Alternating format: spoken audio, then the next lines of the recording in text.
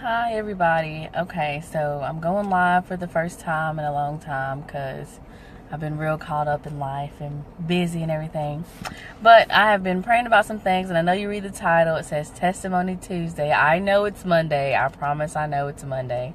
But the point is, every Tuesday, I'll come on here and share a testimony or just share a story of something that is going on in life just to connect, because I know a lot of times, or what I get in just in ministry, sometimes it's hard to connect with your leaders or connect with other people in ministry if you don't know what they're going through, if you don't know what they've been through, what they are experiencing. And so this is just another branch of help people to just kind of help us grow together and help this ministry go forward and help the ministry just be better and do better. And then you guys will get to learn about me, of course. But I also want to get to learn about you guys. We want to pray for you guys. We want to love on you guys. We want to get to know you, all of that. So as I was praying to God about what I was going to talk about today for the first one, and again, the only reason I came on today on a Monday was because tomorrow is the 4th of July. Obviously, everybody will be with their family, cooking, doing a lot of stuff. So I just wanted to come on today a day early because I know tomorrow will be kind of hectic for some people who, celebrate 4th of July heavy, and get with their family, their whole families, and get things together. So I didn't want to, I don't even know if I'm going to be busy. So I was just like, let me just go on today and do it. So, but next week it'll be Tuesday. So, again, like I was saying, when I was praying and asking God what He wanted me to talk about today, I kept thinking about a story. And so today will be, a brief story, and then I'll just kind of bring it back into the spiritual realm at the end. But back when I was in high school, I would ride the bus because my mom, she worked a 8 to 5 or 9 to 5, regular state job. And I would ride the bus home, and I would be the first one home most of the time. So I would have to, unlock the door, get in the house, and just do whatever I had to do when I got home from school. So one day I left my keys, and I couldn't figure out where I left my keys. I'm pretty sure I left them in the house. So I had no way to get in. It was scorching hot. Like, it was burning up. I could not take it. I didn't have no water. I was not prepared to be locked out of the house. I refused to wait. I was like, oh my God, no one's going to be home for hours, and I am going to die out here in this heat. So I decided to be dumb, young-minded, and not even think about it, and go into the back of the house, go into the backyard, and go into the door, and try to open the back door. It wasn't open. I was like, okay, well, maybe if I kick it, it will open. Like, it will open enough for me to open the door to get into the house. And this is what I'm thinking. I'm not thinking that if I kick the door, that it would probably break the whole hinge of the side. I was like, you know what? I'm just going to kick the door to get into the house. I kicked the door. It didn't open. I kicked it a little harder. It didn't open. I kicked it a lot harder. And all of a sudden, the whole side of the door just starts to come off with the door. And I was like, I instantly got nervous. And I was like, oh my God, I broke the door. I've literally broke the door, and it wasn't even all the way open. Like, as I pushed it from where I had kind of broke it open, you could see the end part starting to crumble off because it just broke. It broke the side of the door, and I still couldn't even get in because the only way I could get in if I would completely break the whole door off just to open it. And of course, if I were to break the whole door off and go in the house when everybody got home, they would know that I broke the door to get in the house. So I was like, oh my God, okay. So I shut the door and I run back to the front porch, and I'm like, you know what? I'm just going to wait. I'm just going to wait for somebody to get home because that was not worth it. Oh my God, I'm going to be in so much trouble. So I sit there and I plot. I'm like, okay, what am I going to say? What am I going to tell them?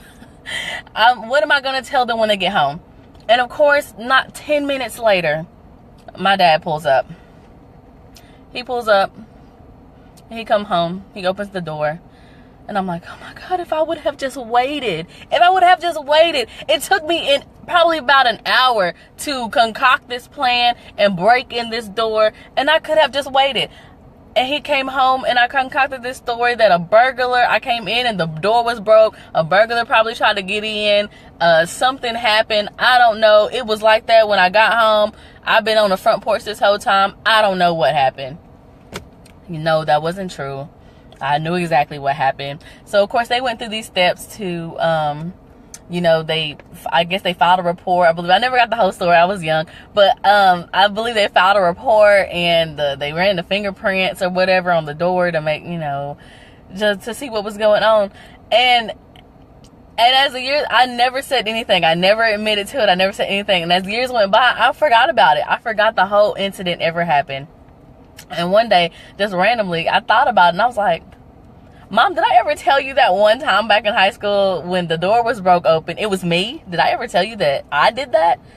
And she just had this face like, no, you did not tell me that. Like, are you kidding me? So, and I say all that to say, like, it was sometimes, I'm going to just bring it back in for you.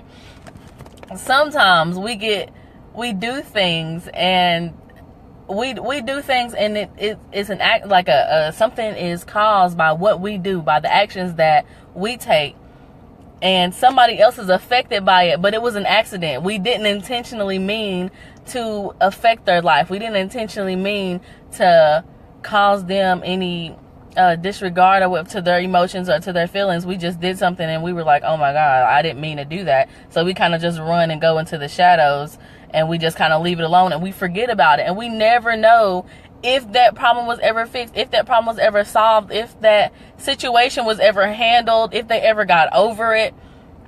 Because all along, I don't know what they felt. They could have been feeling like they weren't safe in their home. They could have been feeling like people were trying to come in and destroy what they had built, destroy what they had, built foundation on, what they had worked so hard for.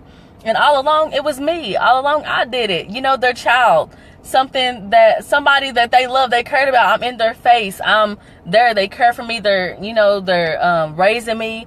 And all along, it was me. They could be thinking it was anybody that just wants to destroy their foundation.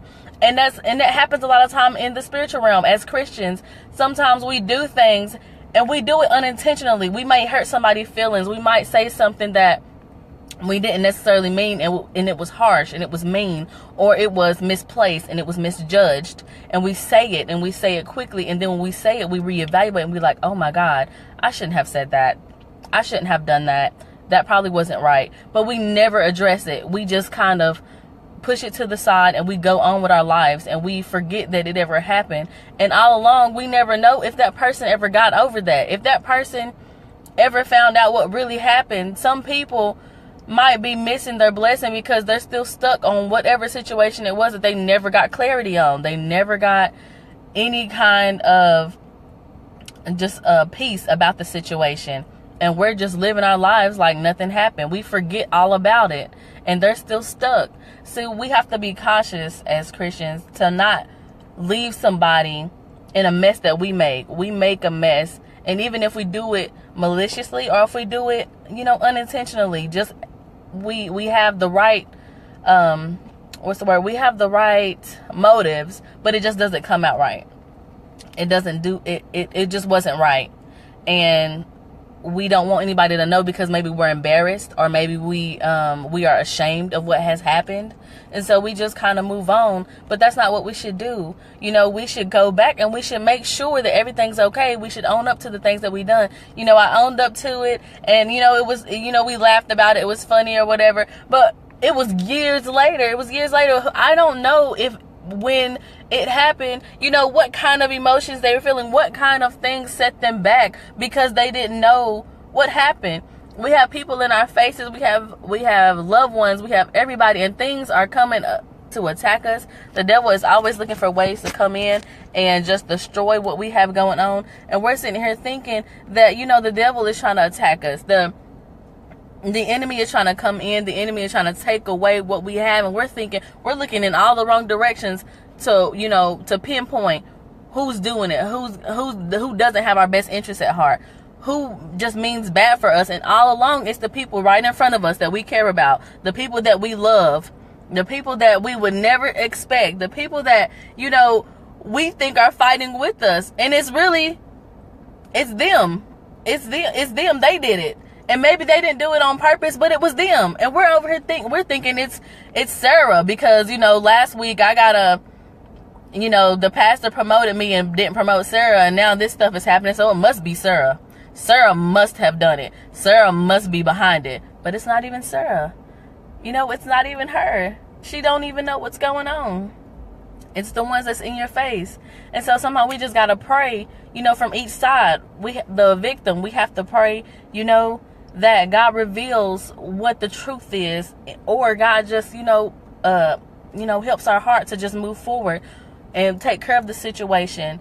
And on the other side, as the person who is inflicting any kind of pain or any kind of discourse with somebody, we have to pray that, God shows us the error of our ways, that we don't just forget when we do things that hurt somebody else. We have to pray that we are able to own up to the things that we do, so that we can take responsibility for it and we can make it right. Because like it says in the Bible, if you have an aught with your brother or your sister, you should approach them. You should get it together. You need to take care of it. You should not have remorse towards anybody. We should not have anger in our hearts towards our brothers and our sisters. In this season, we should be connecting and we should be building and growing together. So that is my story on today. Next week, of course, I will come to you with a testimony of some sort. But today, it was just on my heart to just say, just be encouraged, because it's not always, like they say sometimes, it's not always the enemy. Sometimes it's God. And sometimes it's just accidental. Sometimes it's just not even, it's nothing that we think it is. And we just have to continue to pray for knowledge and just pray for understanding when things come our way, so that we're not holding on to things that are setting us back. Because if we forever hold on to things, sometimes we can miss our blessing by just holding on to something that we need to let go of. If you have somebody that you need to apologize to for something that happened years ago, you need to apologize. Because if it's still on your heart, then it still very well may be holding you back from something new. If there's something that we needed to say that was never said, sometimes we need to say it. It could be more than an apology. It could just be to help somebody. Like, that there's somebody down the street hiring, and your brother or your sister is looking for a job, but because you don't really care for them, you're not going to tell them. But good and well, if they go apply right now, they'll get that job, and it'll help their finances. It could be something as simple as that. If there is something that we can do to help somebody else, we should help them. We should do that. We need to move forward, and we need to build and grow together. Amen.